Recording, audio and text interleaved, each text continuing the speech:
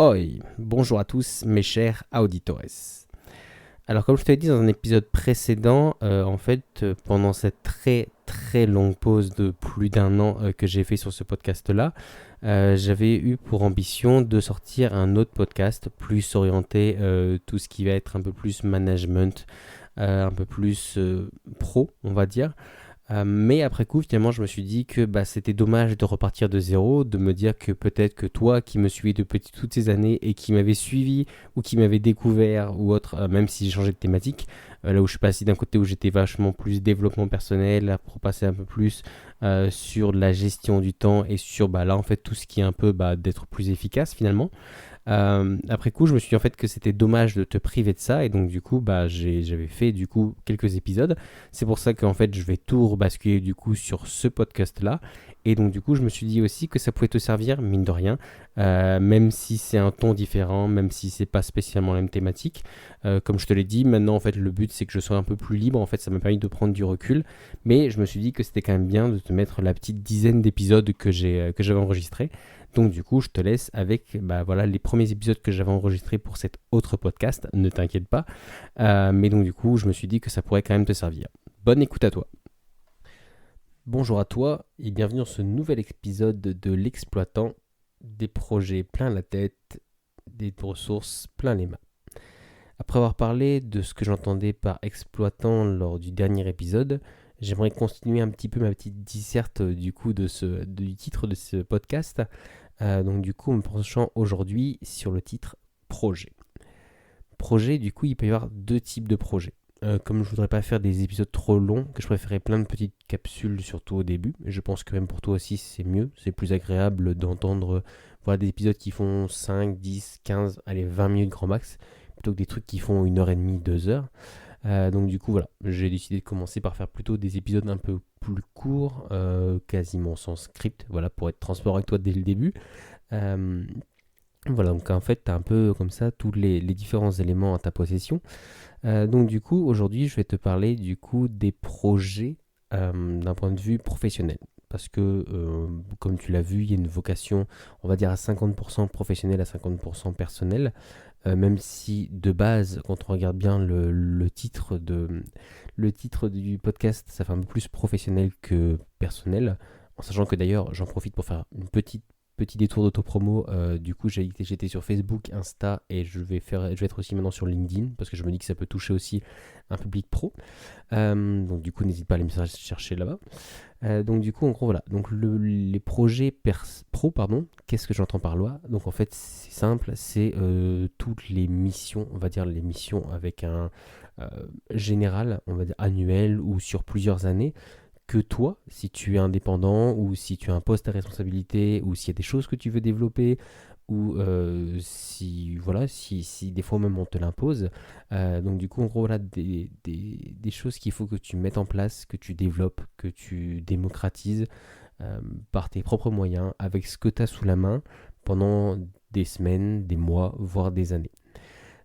L'autre partie un peu plus perso, du coup, on le fera dans l'épisode suivant. Donc du coup, d'un point de vue pro, comme je t'ai dit, il peut y avoir donc, en fait, les projets qui te sont imposés, on va dire, par ta hiérarchie ou ça peut être aussi des fois par la nécessité des choses.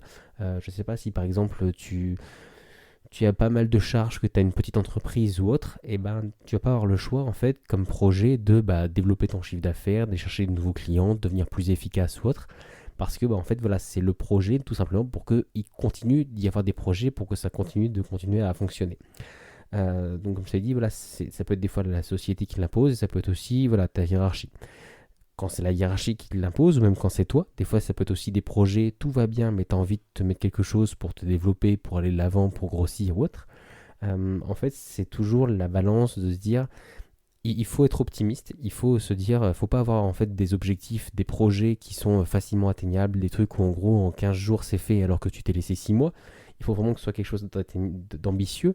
Sauf que le problème d'avoir des choses d'ambitieux, c'est que tu as toujours un peu la balance de où est la limite, tu vois, où est le truc qui te pousse suffisamment vers l'avant sans pour autant en fait te décourager parce que c'est trop dur, parce que c'est trop, voilà. C'est un peu le même paradoxe que pourraient connaître par exemple des sportifs. Je sais pas si par exemple tu te mets soit à la course ou à la musculation ou ce genre de choses.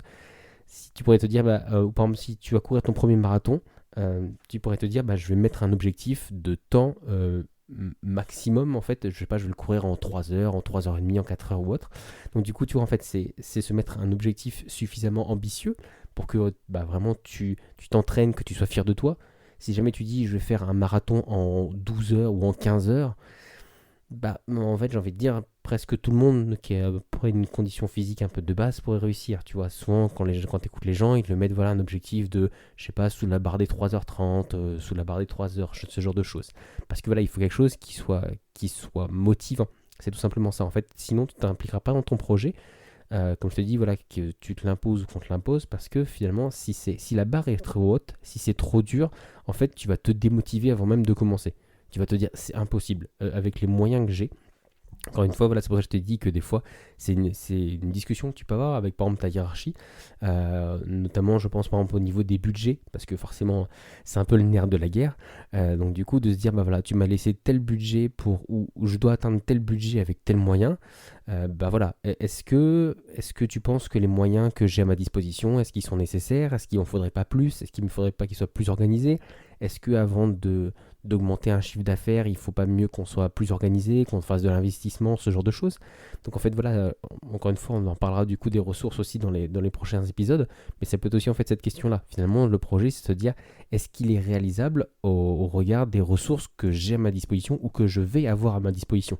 Tu peux avoir demain par exemple un patron qui te dit, tu vas développer tout un pôle commercial ou autre. Je sais pas, par exemple, tu vas développer le commerce, c'était un petit truc dans un petit village et qui te dit, bon voilà, maintenant on va partir à la conquête de la France ou du monde ou de l'Europe. Et donc du coup, tu pourrais te dire, c'est compliqué, c'est rien, mais si derrière il te dit, ok, je te mets une équipe, je te mets des points relais un peu partout, je te mets des contacts, voilà, on te donne des moyens, donc c'est pas la même chose, tu vois, que si on t'avait juste dit, ok, bon t'as ça, par contre, tu restes en 35 heures, tu fais pas des notes de frais trop loin, tu roules pas trop loin parce que sinon ça va coûter cher à la voiture en entreprise ou autre.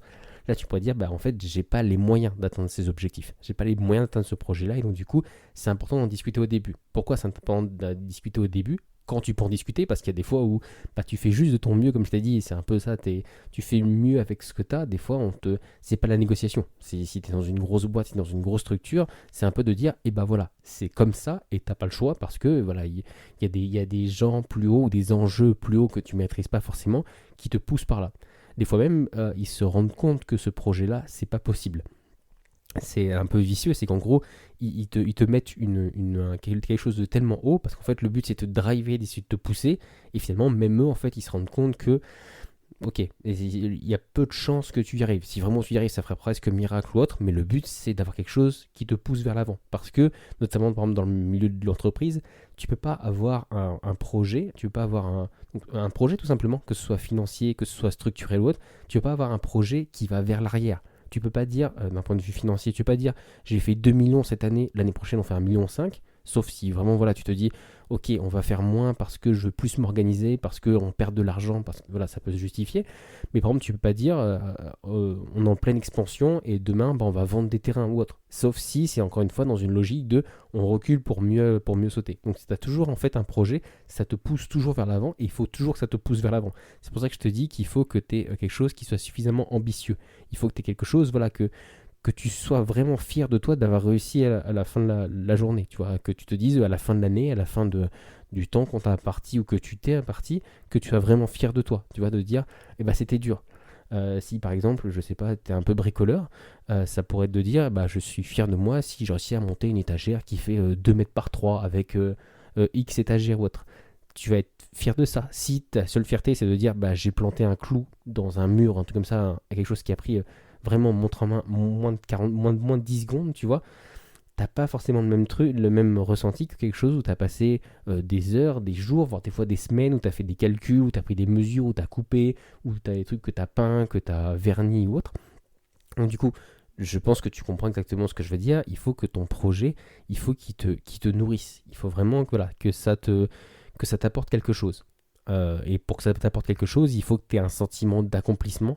Pareil, on en parlera sûrement dans un prochain épisode, tout ce qui est un peu les pyramides de Maslow ou autre, des trucs de motivation. Mais en gros, voilà, il faut que ce soit quelque chose qui te pousse vers l'avant, quelque chose qui te motive, quelque chose qui te drive. Encore une fois, comme je t'ai dit, c'est grosso modo, les projets, ça, c'est soit on te l'impose, soit tu te l'imposes. En sachant que quand on te l'impose, normalement, si t'as un truc un peu plus gros, il y a quand même des gens qui sont payés un peu pour réfléchir, pour voir avec les différents trucs d'investissement, pour avoir du recul, pour faire des graphiques ou autre. Quand c'est des trucs que tu t'imposes, on a un peu souvent tendance à avoir les yeux plus gros que le ventre, à se dire que bah voilà, non mais dans 6 mois je serai là, puis dans 10 mois je serai là. Ça fait un peu penser comme toutes les émissions un peu d'entrepreneuriat. Je sais pas si tu regardes un peu comme en ce moment, je crois que c'est Qui veut être mon associé. Et en gros, c'est toujours des trucs où les mecs ils ont vendu 2000 produits. Et tu les écoutes, l'année prochaine on fait 2 millions, alors que pour l'instant ils ont fait 500 000. Mais l'année prochaine, ils font 2 millions et dans 5 ans, ils font 20 millions, 40 millions, 50 millions, tu vois. C'est vraiment, forcément, ça les pousse vers l'avant et il faut avoir quelque chose. Et la preuve, quand ils sont pas assez ambitieux, quand ils disent, bah moi je veux l'Europe et je pense que je ferai 20 000 euros de chiffre d'affaires dans 10 ans, ils disent, mais vous n'avez pas d'ambition, vous allez nulle part, tu vois. Si vous voulez vraiment grossir, vous avez vraiment un vrai projet, il faut que ça se compte en millions, ou alors vous voulez vraiment faire un truc local, et auquel cas, voilà, c'est un parti pris. Mais donc, du coup, pour dire que il faut toujours avoir cette vision un peu exagérée. Et en fait, il faut qu'elle soit exagérée, pas vraiment en fait. Faut vraiment qu'elle soit ambitieuse. C'est vraiment le mot. Il faut qu'elle soit ambitieuse vers l'avant. Ambitieuse, ça veut pas dire déraisonner.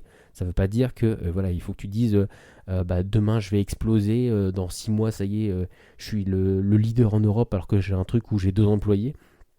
Voilà, c'est pas ça qu'il faut te dire. Il faut te dire qu'un projet, ça prend du temps. Donc, c'est ce qu'on verra dans les épisodes d'après. En fait, il faut que tu arrives avec les ressources que tu as à ta disposition, que tu vas te mettre à disposition, qu'on va te mettre à disposition, ou que tu peux aller des fois batailler pour qu'on te mette à disposition. Ça peut être aussi de dire, bah voilà, tu m'as mis tel projet, pour finir un peu ça. Ça peut être de dire, bah en fait, voilà, tu m'as donné tel projet. Moi, je pense que voilà, j'y arriverai, ça va être dur, machin ou autre. Il y a quelque chose d'un peu drivant, forcément. Ça touche un peu de l'ego. Mais après, tu peux te dire, bah voilà, je pense que le projet, c'est pas possible, c'est pas réalisable en l'état. Donc, sans voilà, juste dire, ah bah non, c'est tout, c'est trop dur, je le ferai pas. Parce que justement, en fait, comme je t'ai dit, c'est que là, du coup, tu trouves qu'en fait, la marche est trop haute et donc, du coup, tu n'y arrives pas. Et donc, du coup, c'est à ton but, soit à toi, soit à ton chef, ou autre, bah, du coup, d'arriver à renégocier ça et de pas arriver comme un bourrin en mode, c'est possible, sauf si tu manques d'expérience, que lui il a des clés que t'as pas ou ce genre de choses. Mais en gros voilà, de se dire, tu peux le dire tout simplement, avec les moyens que tu me donnes là actuellement, je pense pas que j'arriverai parce que la marche est trop haute, parce que voilà. Mais en fait il faut en parler ça au début, tu vois, au moment où on te présente le truc. Si par exemple, je sais pas, ça peut être de dire construire une nouvelle entité dans ton entreprise, ça peut être voilà, des nouveaux bâtiments, ce genre de choses, prendre la responsabilité d'un pôle quelconque. Et donc du coup, en fait, voilà, c'est au début qu'il faut que tu lui dises, bah ça va être dur parce que j'ai pas assez les moyens, parce que là-dessus, il faut en fait que tu sois en plus force de proposition. Il faut pas que tu te dises la marche est trop haute. Il faut que tu te dises je pense que la marche est trop haute parce que j'ai ça, ça, ça, ça, ça. Et en gros, en disant j'ai ça, ça, ça, en donnant ces arguments, en fait, tu vas donner les leviers. En fait, tu vas donner les éléments sur lesquels en fait vous allez pouvoir travailler ensemble, de se dire bah je sais pas, j'ai pas une équipe assez grande, je n'y arriverai pas parce qu'il me faudrait plus de monde, parce qu'il me faudrait plus de moyens, parce qu'il me faudrait plus de matériel, parce que ou ça peut être aussi de dire moi tout seul je pourrais, mais en fait je pourrais pas supporter cette charge là dans le temps imparti que tu me laisses. Donc il faudra que voilà, on ait des horaires adaptés, qu'on recrute quelqu'un ou autre. Voilà, ça peut être ce genre de choses là. Donc il faut vraiment que tu l'aies au début, parce qu'en fait si dès le début tu crois pas en ton projet, personne n'y croira pour toi. Si on t'a confié quelque chose d'un point de vue professionnel, c'est qu'on a jugé mais la plupart du temps c'est plutôt que on a jugé, donc voilà, ta hiérarchie ou autre, a jugé qu'avec les moyens qui t'ont mis à disposition, parce qu'en fait c'est ça, c'est eux qui décident de combien ils te mettent de personnel, combien ils allouent d'argent tout simplement, parce que l'argent c'est dans une entreprise c'est ce qui paye les gens, donc c'est le temps, c'est le nombre de personnel, c'est l'investissement, c'est voilà, tout ce qui est un peu force matérielle. Donc du coup voilà, ils se disent avec les moyens qu'on met, on pense que c'est ça. Après, libre à toi du coup de profiter de ton expérience pour dire bah voilà, ça fait 10, 15, 20 ans que je fais ce métier.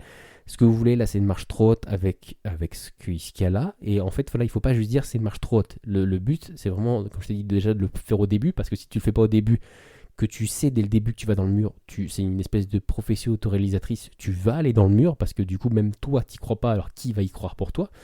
Et donc du coup, après, en plus, ça va s'envenimer, tu vas aller dans le mur en leur disant, mais je vous avais dit que ça allait, même, ou alors pire, tu vois, tu leur as pas dit que ça allait dans le mur. Si tu leur as dit que tu fais de ton mieux et que ça va quand même dans le mur et que personne n'a rien bougé, plus ou moins, en fait, tu auras rempli ta part du marché. C'est-à-dire qu'on t'aura donné un objectif, on t'aura donné des moyens, toi t'auras dit dès le début, avec ces moyens-là, je n'y arriverai pas, je vais faire de mon mieux, mais j'arriverai pas à ce niveau-là, j'arriverai peut-être en dessous, j'arriverai peut-être différemment ou autre.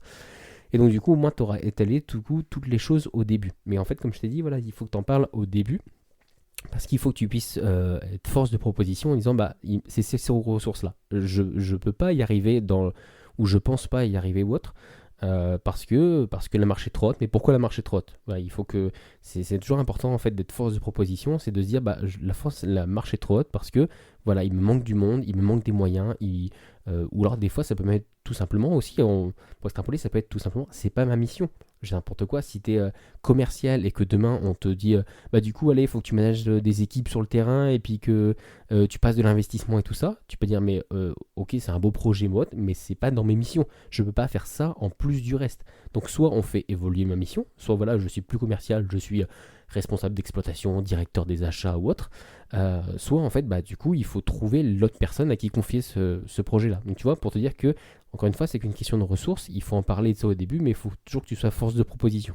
Et parce que du coup, si tu es force de proposition, en gros, sauf si vraiment tu as une hiérarchie qui est bornée, mais du coup, on ne pourra pas te reprocher en fait. Si dès le début tu dis ça va être dur à cause de ça, ça, ça, la seule chose qu'on peut te dire, à la rigueur, limite en ayant raison, c'est si tu manques un peu d'expérience. Si ça fait que, je sais pas, 6 mois, 1 an que tu es dedans, si tu es un peu jeune et que tu es quelqu'un qui a 40 ans dans la boîte, qui a vu des hauts, des bas, qui a vu des crises, qui a vu des moments où c'était l'effervescence, qui lui du coup pourra te dire écoute, je sais que toi tu manques un peu d'expérience, t'as l'air un peu paniqué, mais en gros on l'a déjà fait et je sais que c'est possible, on va réussir, tu vois. Donc du coup, voilà, il peut t'amener ça comme ça.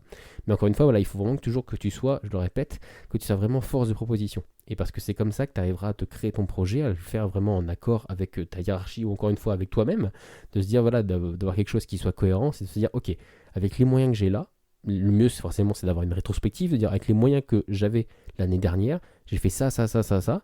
Maintenant on me demande plus. Euh, est-ce que je juge que mes équipes n'étaient pas à 100%? Est-ce que je juge qu'il y avait des temps libres, qu'il y avait des moments où, pas qui faisaient rien, mais tu vois, des moments un peu où c'était le creux de la vague et donc du coup qu'on pourrait remplir avec du travail plutôt que on mette les gens en chômage technique ou ce genre de choses?